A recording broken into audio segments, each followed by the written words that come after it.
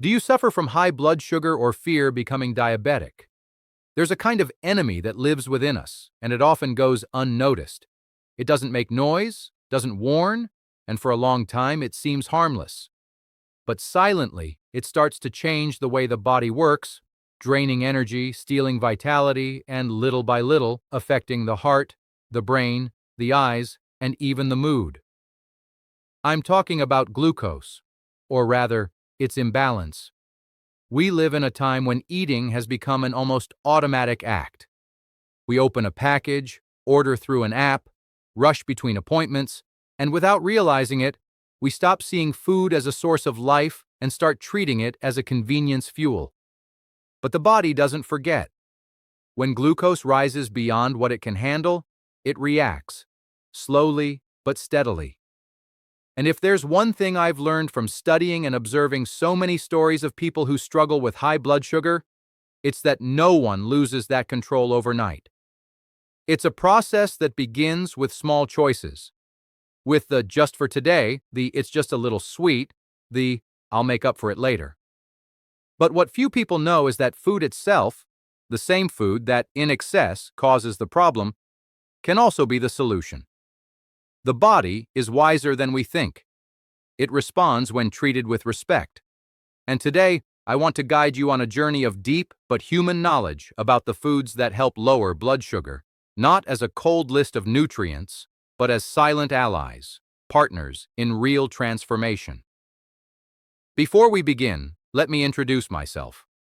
I am Dr. Joni, and on this channel, I share nutrition and health tips for people over 40 who seek wellness through food. If this video helps you, subscribe and turn on notifications so you don't miss any tips. Leave a like to support me and share the video with others. Well, first, let's understand glucose. Glucose is, essentially, the fuel of our cells. Without it, the body doesn't function. But the problem arises when there's more glucose in the blood than the cells can use. This happens because the hormone that should guide it, insulin, begins to fail. Whether due to resistance or deficiency, the result is the same. Glucose circulates without destination, causing inflammation, fatigue, and silent damage. The good news is that, contrary to what many believe, the body can regain part of this balance through proper nutrition. And this isn't about fads, but about pure biochemistry. Every food we eat sends a message to the body. Some say, produce more insulin. Others say, slow down, absorb carefully. And that's where the secret lies, choosing foods that speak the language of balance.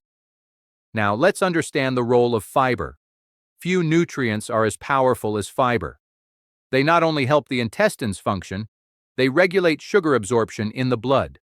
When a meal is rich in fiber, glucose enters the body slowly and steadily without spikes. It's like replacing a flood with a gentle drizzle. And among the most effective sources are oats, chia, flaxseed, beans, lentils, apples with skin, and leafy green vegetables. These foods form a kind of natural gel in the intestines that slows digestion and gives the body time to balance glucose levels. Over time, this simple habit, including fiber in every meal, improves insulin sensitivity and reduces the risk of resistance. It's a small but cumulative gesture, a kind of biological investment where the return is your own health. The glycemic index, GI, is a measure that indicates how quickly a food raises blood sugar. The higher the index, the faster the sugar spike, and the faster the spike, the more intense the drop afterward, which leads to hunger, fatigue, irritability, and cravings. That's why understanding GI is like learning to listen to your body in another language. Among foods with a low glycemic index, we find sweet potato, beans and chickpeas, brown rice, 100% whole grain bread, apple, pear, strawberry, and even dark chocolate with a high cocoa content. These foods help the body release glucose gradually, keeping the brain alert and the mood stable. And when we combine low GI carbohydrates with fiber and protein, the effect is even more powerful. Glucose begins to flow in harmony with the body's natural rhythm. For a long time, fats were demonized. But today we know that good fats, those found in avocado, olive oil, nuts, seeds, and fatty fish, play an essential role in glucose regulation.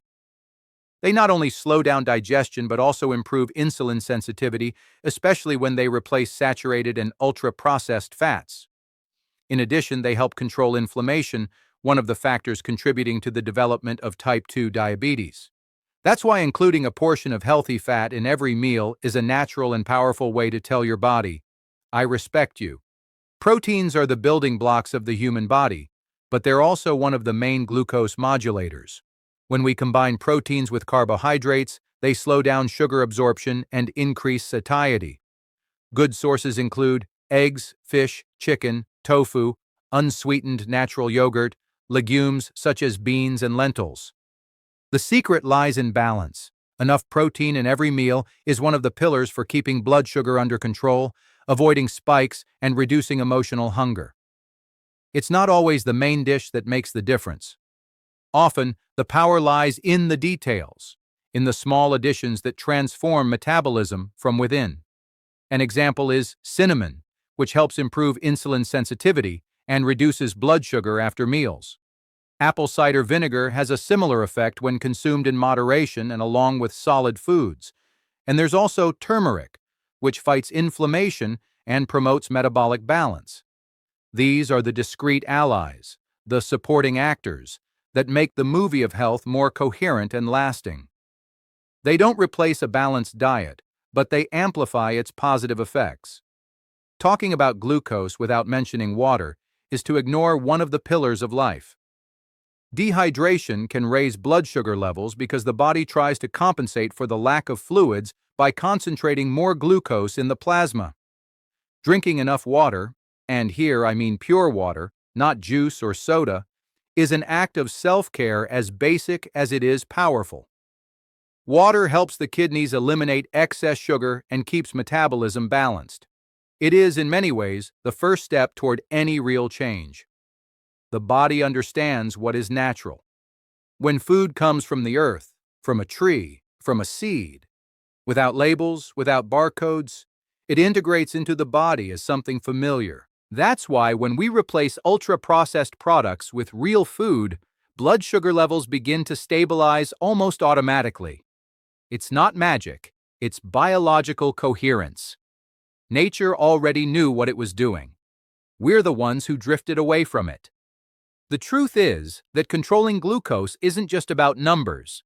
It's about reconciliation with your own body, about relearning to listen to yourself, choosing consciously, and understanding that health isn't about restriction, but about freedom. The freedom to live well, with energy, without fear. The foods that help lower glucose aren't magic remedies. They are messages of harmony sent daily to the body.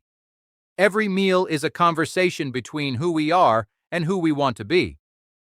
When we understand that, eating stops being a mechanical act and becomes a gesture of respect.